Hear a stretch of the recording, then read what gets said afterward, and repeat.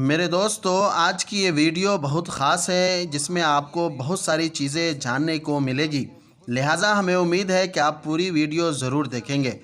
دوستو، بہار کے ضلع نالندہ کو صوفی کی نگری کہا جاتا ہے کیونکہ یہ مشہور صوفی مخدوم جہاں شیخ شرف الدین یحییٰ منیری کا شہر ہے۔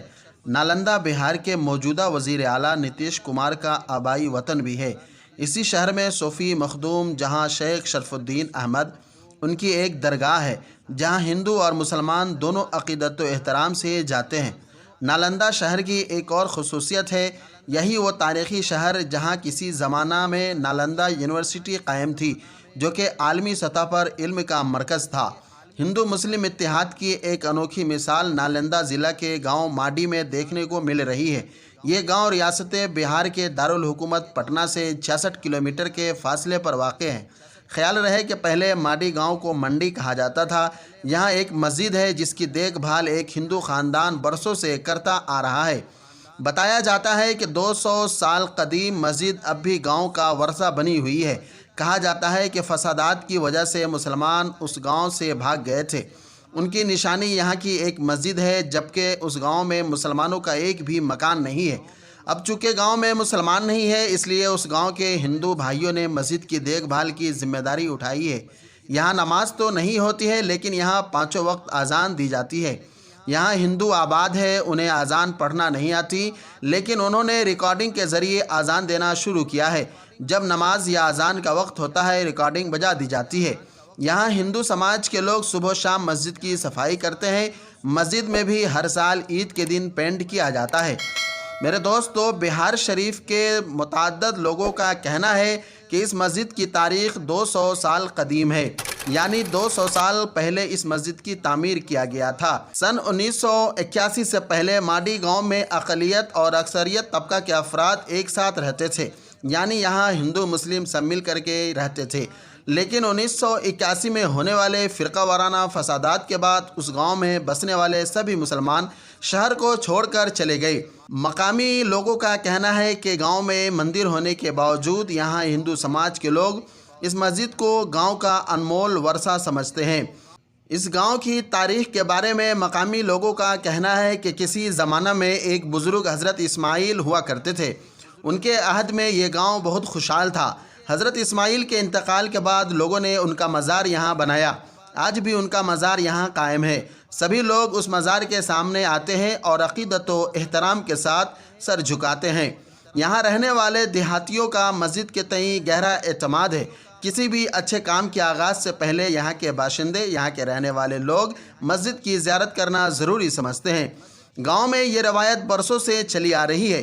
اس سے پہلے اکثر ماڈی میں آتش زدگی ہوتی تھی، یعنی وہاں زیادہ آگ لگ جایا کرتا تھا اور سیلاب آتے تھے۔ لیکن جب سے اس گاؤں میں حضرت اسماعیل بزرگ آئے، گاؤں والوں کی زندگی میں سکون آ گیا۔ آگ کا شعلہ بھی کم ہو گیا اور سیلاب آنا بھی بند ہو گئے۔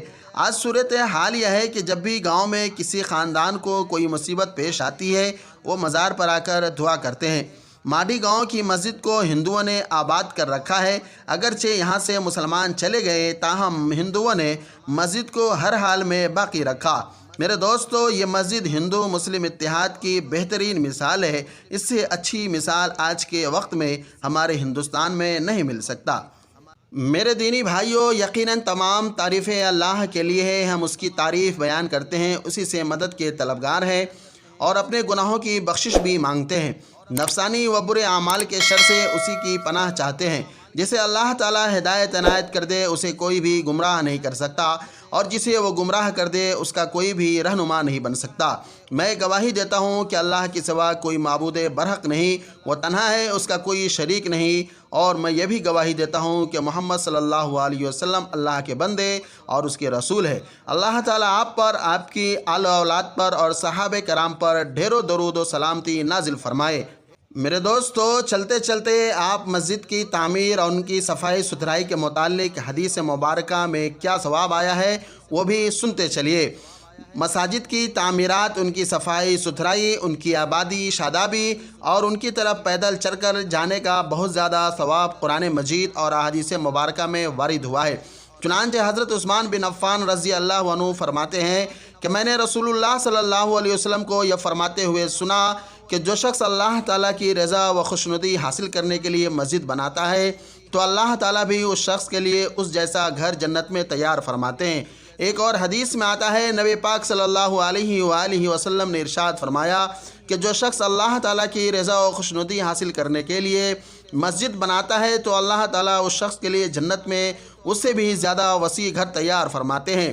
ایک حدیث میں آتا ہے کہ حضرت ابو ذر رضی اللہ تعالیٰ عنہ فرماتے ہیں کہ رسول اکرم صلی اللہ علیہ وسلم نے ارشاد فرمایا، جو شخص اللہ تعالیٰ کی رضا و خوشنودی حاصل کرنے کے لیے مسجد بناتا ہے، اگرچہ وہ پرندے کے گھونسلے جتنی بہت چھوٹی ہی کیوں نہ ہو، اللہ تعالیٰ اس شخص کے لیے جنت میں گھر تیار فرماتے ہیں۔ میرے دوستو، بلا شبہ نالندہ کی یہ مسجد ہم سبوں کے لیے، ہم تمام ہندوستانیوں کے لیے ایک محبت کی مثال ہے۔ اللہ پاک ہم سب کو صحیح سلامت رکھے۔ خدا حافظ۔